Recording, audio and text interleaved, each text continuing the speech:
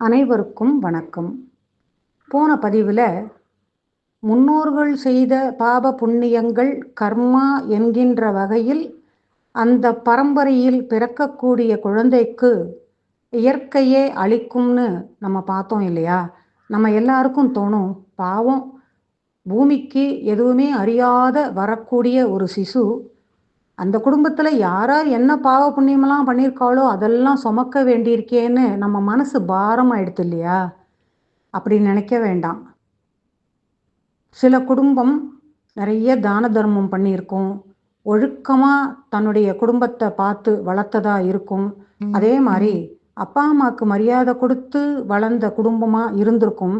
அந்த மாதிரி பாவ புண்ணியங்களுக்கு அஞ்சி வளர்ந்த குடும்பத்தில் அந்த பரம்பரையில் பிறக்கக்கூடிய குழந்தைக்கு கிடைக்கிற கர்மா எப்படி இருக்கும் அப்படின்னா, நல்ல கர்மாக்களாக அந்த குழந்தைக்கு இருக்கும்.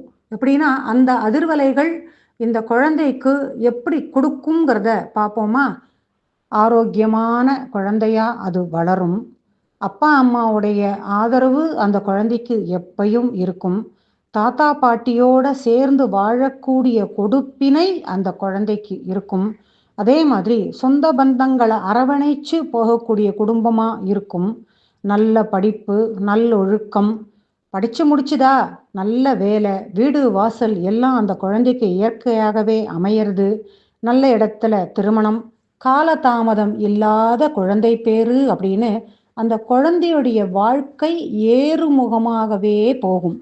இது நல்ல அதிர்வலை சேர்ந்த குடும்பமாக இருக்கிறது.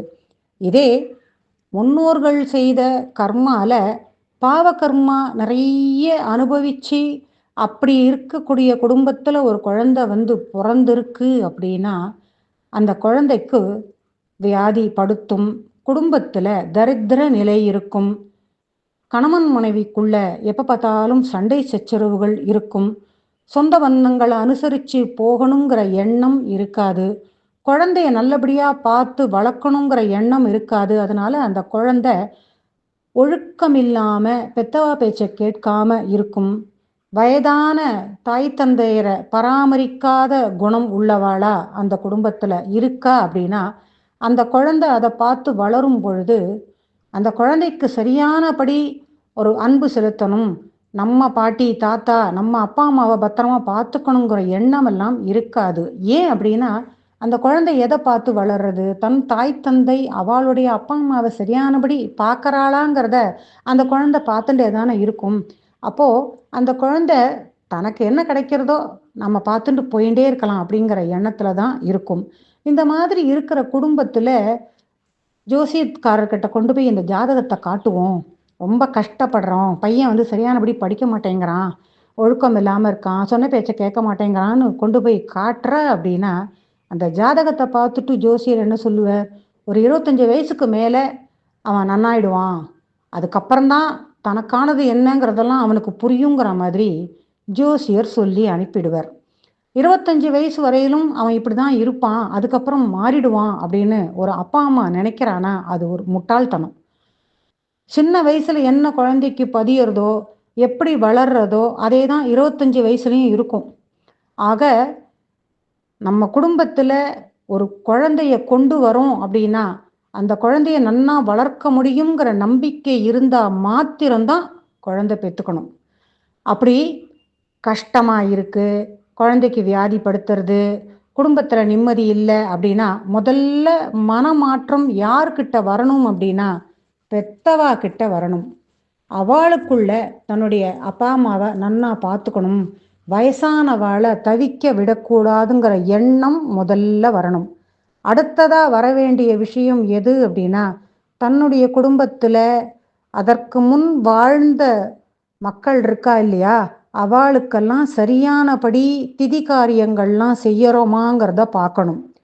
பித்ருக்களுடைய ஆசீர்வாதம் ஒரு குடும்பத்தில் இல்லை அப்படின்னா அடுத்தடுத்த தலைமுறையில் பிறக்கக்கூடிய குழந்தைகள் சரியானபடி வளராதுங்கிறது தான் உண்மை.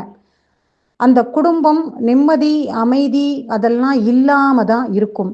ஆக நம்ம குடும்பத்தில் நமக்கு முன் வாழ்ந்தவர்களுக்கு யாருக்காவது திதி காரியங்கள் செய்யாமல் விட்டு போயிருக்கா, கரையேறாம மக்கள் இருக்காளா அதனால அவளுக்கு என்ன திதி காரியங்கள் பண்ணணுமோ அதை நம்ம முறைப்படி பண்ணியாகணுங்கிற ஒரு எண்ணம் வரணும். அதே மாதிரி குலதெய்வம் அப்படிங்கிறது ஒவ்வொரு குடும்பத்துக்கும் இருக்கும். அந்த குலதெய்வத்தை மறக்காம நம்ம குடும்பத்து குலதெய்வம் எது அப்படிங்கிறத பார்த்து, நிறைய குடும்பங்களுக்கு குலதெய்வமே தெரியறது கிடையாது. எப்படின்னா, குடும்பத்துல அப்பெல்லாம் கூட்டு குடும்பமா இருந்துட்டு இருந்தா எல்லாரும் ஒருத்தரோட ஒருத்தர் பேசிக்கிறது கொள்றது, குடும்பமா சேர்ந்து கோவிலுக்கு போறது, பொங்கல் வைக்கிறது, இதெல்லாம் இருந்தது. இப்ப நாட்கள் ஆக ஆக குடும்பங்கள்லாம் சுருங்கி கணவன் மனைவி குழந்தை அப்படிங்கிற அளவுக்கு வந்தாச்சு. அப்பா அம்மாவை எக்ஸ்ட்ரா லக்கேஜுங்கிற அளவுக்கு நினைக்க ஆரம்பிச்சுட்டா. பெத்தவாளை நாம வச்சு பார்த்துக்கணுங்கிற எண்ணமே தப்பான விஷயம். பெத்தவாளோட இருக்கணுங்கிற எண்ணம் தான் முதல்ல வரணும். யாரை கேட்டாலும் எங்க அப்பா அம்மா என்கிட்ட தான் இருக்கா அப்படிங்கிற அது தப்பான வார்த்தை. என் அப்பா அம்மாவோட நான் இருக்கேன்னு சொல்லணும். இந்த மனம் மாற்றம் அந்த குடும்பத்துல நல்ல அதிர்வலையை ஏற்படுத்தும். அப்போ குலதெய்வத்தை கண்டுபிடிச்சி அந்த குலதெய்வம் கோயிலுக்கு போகணும். அதற்கு என்னென்ன முறைப்படி செய்யணுமோ அதை செய்யணும்.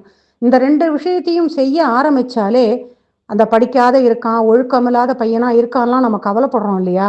அது எல்லாமே கொஞ்சம் கொஞ்சம் மாற ஆரம்பிக்கும். எப்படின்னா, நல்ல வழக்கங்கள் அந்த வீட்டில் வரும் பொழுது அந்த குழந்தைகிட்ட அந்த வழக்கம் ஏற்படும். நம்ம அப்பா அம்மா காலையில் எழுந்துக்கிறா, சுறுசுறுப்பா வேலை பண்றா, அவங்ககிட்ட சொல்லணும். எப்படி? இதோ பாருப்பா, எங்களுக்கு வயசாகுது, ஆனா இந்த வயசுலயும் நாங்க உழைக்கிறோம், குடும்பத்துக்காக உழைக்கிறோம். நீ சும்மா உட்காந்து சோம்பி இருந்து காலம் வரும்னு இருந்தா காலம் திரும்பி வராதுப்பா, போன நிமிடம் திரும்பாதுப்பான்னு அந்த குழந்தைகிட்ட சொல்லணும். நம்ம கஷ்டப்படுறத அந்த குழந்தைகள்கிட்ட காட்டி வளர்த்தாதான் அந்த குழந்தைகள் பொறுப்போட வளரும். ஆக ஜாதகத்து மேல பழிய தூக்கி போட்டுட்டு, என் குழந்தை பிறந்த நேரம் இப்படி, கிரகமெல்லாம் படுத்துறது, இந்த தசா புத்தி காலம்லாம் இப்படிதான் இருக்கும், இந்த கிரக பயிற்சினால்தான் இப்படிலாம் இருக்குன்னு ஜோசியர் சொல்றார், அது வரலாம் அப்படிதான் இருக்கும் அப்படின்னா, வாழ்நாள் முழுக்க அந்த குடும்பத்துல கஷ்டத்துல இருந்து மீளாமலே கரையேறி போயிட்டே இருப்பா. அதை மாற்றக்கூடிய ஒரு வழி நம்ம கிட்ட தான் இருக்கு. அந்த மாதிரி செய்ய வேண்டிய காரியங்களை சரிவர செஞ்சு பெத்தவாளை மதிச்சு நம்ம என்ன கஞ்சி குடிக்கிறோமோ அதை அவளுக்கும் கொடுத்து அவளை பத்திரமா பார்த்துண்டாலே அடுத்த தலைமுறை ஆரோக்கியமா இருக்கும். இது சத்தியமான உண்மை.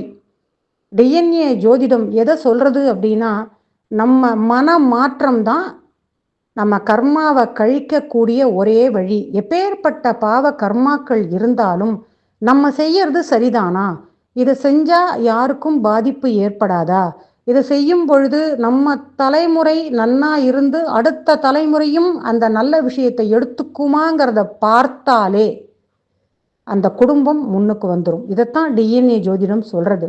மன மாற்றம்ங்கிறது வரணும். எந்த இடத்துல தப்பு நடந்திருக்கு, எதை பண்ணினா இதை சரி பண்ணலாங்கிறத நம்ம ஆராய்ஞ்சிட்டாலே அந்த குடும்பம் வளமாக இருக்கும். அனைவருக்கும் நன்றி, வணக்கம்.